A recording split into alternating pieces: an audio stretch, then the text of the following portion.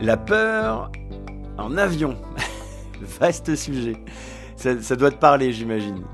Voilà. Si t'as cliqué sur ce podcast, c'est que t'as forcément un jour eu les mains moites et les pieds poites en rentrant dans un avion pendant des turbulences, au décollage, à l'atterrissage.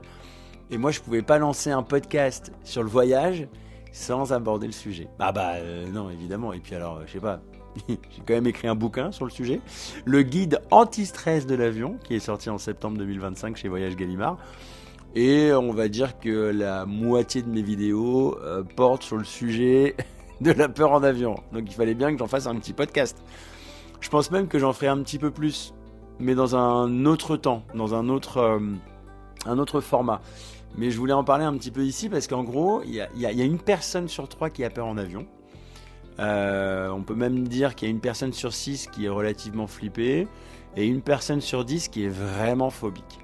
Donc ça touche vraiment à des millions et des millions de personnes. Et alors, déjà, toute première chose, avoir peur en avion, c'est normal. Voilà, on va poser les choses. C'est vraiment ok. En fait, c'est normal d'avoir peur en avion parce que, comme je le dis assez souvent, on n'est pas des oiseaux. Donc notre cerveau n'est absolument pas fait pour être à 10 000 mètres d'altitude dans un tube de 70 mètres de long avec 2 pétards au cul. Voilà. C'est ma punchline préférée. Mais oui, en fait, on n'est pas fait pour ça. Donc le cerveau, il comprend pas. Voilà, il aime pas. Faut lui faire un petit reset, faut lui filer un coup de main. C'est pas normal. Moi, en tout cas, je ne jugerai jamais qui que ce soit. Et mes collègues sont comme moi. On ne juge personne qui a peur en avion parce qu'on sait que c'est normal et que c'est totalement légitime. Donc voilà, ça, on peut s'enlever cette petite culpable ou quoi. C'est normal. C'est vraiment ok. Alors, avoir peur de l'avion, ça veut tout et rien dire. Parce qu'en général, on n'a pas peur de l'avion en tant que tel. C'est pas genre si tu croises un avion, tu vas pas j'ai peur en avion. Non, t'as peur de prendre l'avion. Mais du coup, c'est intéressant parce que ça peut vouloir dire plein d'autres choses. En fait, on peut avoir peur des sensations, on peut avoir peur de ses émotions, on peut avoir peur à cause de nos émotions, mais on peut pas avoir peur de l'avion en tant que tel. Donc déjà, non mais c'est cool si on imagine bien le micmac là. L'avion, il te fait pas peur a priori. C'est ce qu'il représente. Et le fait juste de prendre l'avion, ça va te renvoyer à d'autres peurs qui vont venir se réactiver quand tu seras à bord. Alors d'ailleurs, la peur, encore une fois, ça veut tout et rien dire parce que t'as l'anxiété, t'as l'angoisse, t'as la phobie. Et je dirais que le plus important serait de définir sa peur, de mieux se connaître, de mieux se comprendre, et donc de mieux agir sur son feeling et ses réactions. Et alors je vais spoiler un petit peu la fin de ce podcast, mais je peux te dire officiellement qu'une peur peut arriver du jour au lendemain, tout comme elle peut disparaître du jour au lendemain, sans aucune raison. Enfin, s'il y aura toujours une raison psychologique derrière, mais sans forcément que tu t'en rendes compte. Et parfois, avec un petit coup de main, un petit coup de pouce et quelques petites techniques, tu peux retirer ta peur de l'avion. On peut parler de la claustrophobie 2 secondes? Non, parce que si par exemple tu as peur de prendre un ascenseur, par exemple, parce que tu vas te sentir enfermé, et ben tu remarqueras qu'il y a de fortes chances que tu aies peur en avion. Ouais. Pareil si tu es agoraphobe, c'est la peur du monde, comme ça, de la foule et tout ça. Tu peux avoir peur en avion parce qu'il y a 100, 150, 300, 450, 500 passagers parfois dans un avion. Donc forcément, tu ne seras pas à l'aise. Et je suis justement en train de me dire que ce midi, j'ai déjeuné avec un copain qui est agoraphobe. Et il a aussi peur en avion. peut-être Il y a peut-être un petit link à faire, il faut que je lui envoie un message. Tu peux avoir peur de l'eau. J'ai la femme d'un collègue qui ne supporte pas prendre l'avion, mais que dans certains contextes. Par exemple, elle peut aller à Lyon sans aucun problème. Par contre, aller aux États-Unis, c'est pas tant la distance, hein, c'est juste qu'on doit passer au-dessus de l'eau. Donc pour elle, c'est niette. Hors de question. Et tu peux avoir aussi une question de lâcher prise aussi, tu sais, de confiance.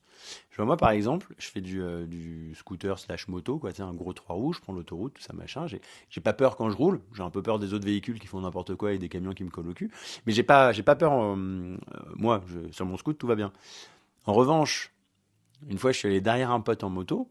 Bah, il roulait à 30 km/h, hein, mais j'ai cru que j'allais tomber dans les pommes. Non, mais l'enfer, l'enfer. Parce que là, il s'agissait de lâcher prise et de confiance. Pourtant, j'avais confiance en lui, hein, enfin, c'est toujours un super copain. Mais, ah ben non, c'est pas possible. Donc, si tu as des gros problèmes de lâcher prise, en avion, ça va être compliqué parce que tu vois pas ce qui se passe devant et tu connais pas le pilote ou la pilote. Forcément. Après, tu as, comment dire, dans la peur en avion et tout ça, ça peut aussi venir de plein d'autres trucs. Tu peux avoir une espèce de stress avant de prendre l'avion. Moi, c'est le cas. Honnêtement, je voyage très rarement. Et avant un vol, je vais être hyper stressé, genre, tu sais, sur les timings, le passage du filtre sécu, est-ce que je vais trouver le bon terminal? Enfin, tu vois, tous ces trucs-là, ça va me stresser.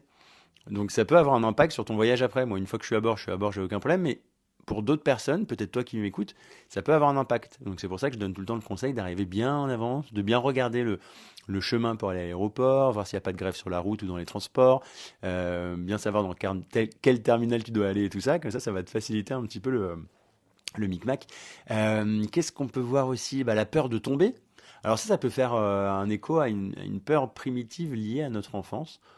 Euh, Tout bébé, nourrisson, on a cette peur, c'est très psychologique, hein, de tomber des bras de notre maman ou de notre papa.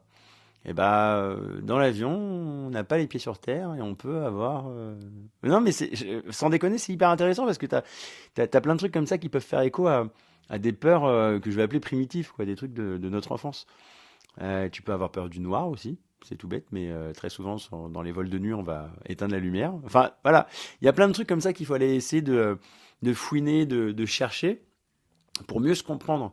Euh, et un truc qui revient très souvent, moi je l'ai remarqué hein, dans tous les échanges que je peux avoir avec les personnes qui me contactent sur les réseaux sociaux, c'est la peur de l'inconnu. Alors là, je vais te dire, en général, allez, si je devais sortir un pourcentage, 50% du temps, c'est la peur de l'inconnu. Bah ouais, tu connais pas, tu sais pas ce qui se passe. Déjà, tu sais pas comment l'avion il fait pour voler. Tu connais pas les bruits, tu connais pas les sensations. Moi, il y en a plein qui me disent, mais attends, mais là, l'avion, à tel moment, il était en train de chuter. Non, il était juste en train de traverser une zone de turbulence, donc on a eu l'impression de tomber un petit peu, mais t'inquiète pas, c'est pas un souci. Oui, mais là, ça sonne, ça fait ding dong, ding dong. Et normal, c'est juste la chef de cabine qui est en train d'appeler le collègue au galet pour lui dire est-ce qu'il y a assez de cassolettes pour le deuxième service. Tu vois, c'est vraiment un truc tout bête, mais une fois que tu commences à comprendre tous ces trucs-là que j'explique dans le guide anti-stress de l'avion, et bah tu comprends mieux et t'as moins peur. Et donc voilà, ma bonne nouvelle, c'est que ça se guérit. Voilà, c'est pas une fatalité. Et ça a marché pour des milliers de lecteuristes de mon livre. Et ça peut marcher sur toi. Voilà. C'était mon petit instant promo. Mais il n'y a pas que le bouquin qui peut aider. Il y a plein de techniques. J'en parle effectivement dans le bouquin, mais tu peux en retrouver dans mes vidéos et tout ça. Il y a le MDR, par exemple, qui est une psychothérapie intégrative qui permet de soulager des phobies, de traiter des traumas, un deuil. Ça a été utilisé, et ça l'est toujours, utilisé par des soldats de guerre, tu sais, qui ont vécu des choses assez atroces, qui sont flingués après mentalement, parce qu'ils ont vu des choses abominables.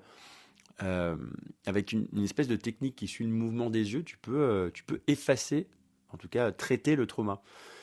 Tu as l'EFT aussi, qui est le Emotional Freedom Technique.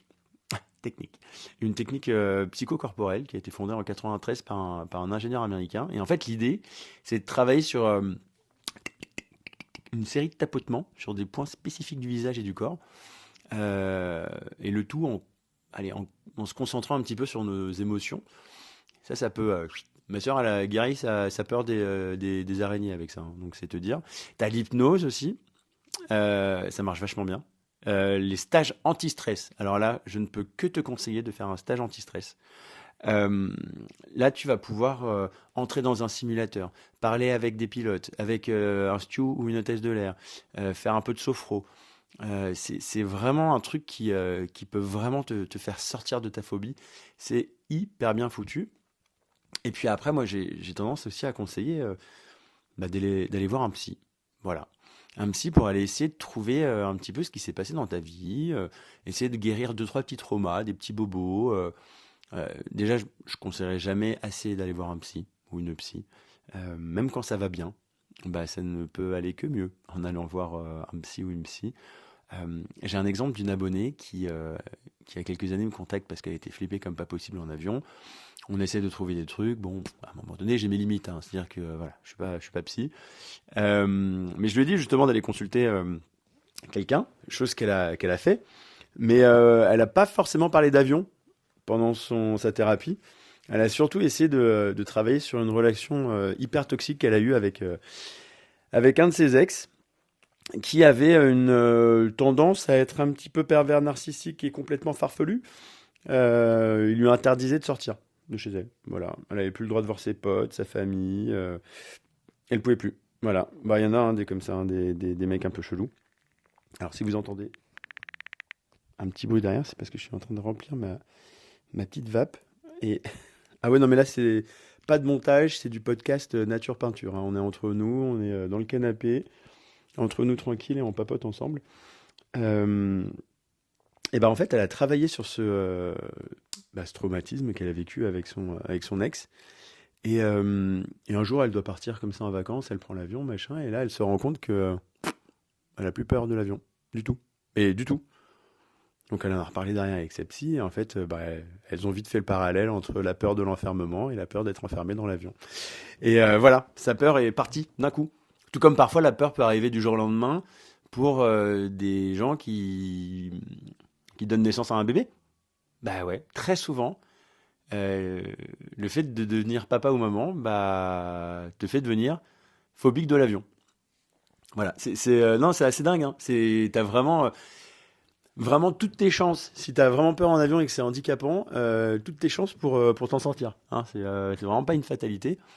Et vraiment, si c'est de la phobie mais maladive, je te conseille vraiment de suivre des thérapies ou de faire un stage anti-stress, de lire mon livre, bien sûr. Je ne pourrais que le dire et le redire. Mais ce livre, il s'adresse aussi juste aux personnes qui ont juste un tout petit peu les mains moites et les pieds poites, ou qui sont tout simplement intéressées, qui rêvent de devenir PNC aussi, hôtesse de l'air ou steward, parce que je donne plein d'infos. Mais il peut grave aider apparemment. J'arrive à le dire facilement maintenant, presque, entre guillemets, avec un peu de timidité. Mais il faut savoir qu'avant de le sortir, ce bouquin que j'ai écrit pendant entre 6 mois et 1 an, j'avais super peur de dire n'importe quoi. Alors c'est sûr que je dis pas n'importe quoi, parce que j'ai bien travaillé mon truc quand même. Mais je me suis dit, mais ça se trouve, ça va vraiment aider personne, ça se trouve, ça sert à rien, ça se trouve, c'est nul, machin. Et en fait, j'ai reçu des centaines de mails depuis septembre de lecteurs et lectrices qui me disent que maintenant, ils ont plus peur quand ils prennent l'avion, ou moins peur, et que ça se passe vachement bien, et qu'ils ont mieux compris comment ça fonctionnait. Et donc, du coup, ça me fait super plaisir. Ça me fait super plaisir parce que, pour certaines et certains, c'était important de prendre l'avion. C'était le seul voyage de leur vie. C'était peut-être aller à l'autre bout du monde pour retrouver leur famille. Enfin, il y avait quand même quelque chose d'hyper symbolique derrière. Et ça m'a fait du bien de lire ça. Je me suis dit, ah, c'est cool, il sert à quelque chose ce bouquin. Je ne l'ai pas bossé pour rien.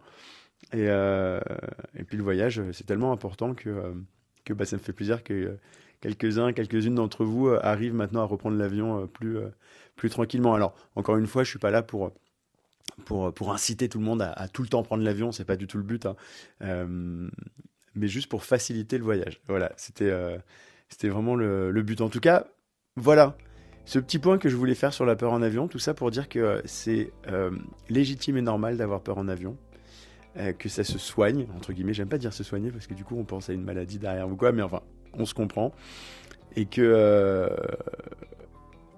je pense avoir un petit peu contribué grâce à mon bouquin et à mes vidéos à aider quelques personnes. Donc si tu l'as lu, n'hésite pas à m'envoyer un petit message pour me dire ce que tu en as pensé, ou à le mettre en commentaire d'ailleurs.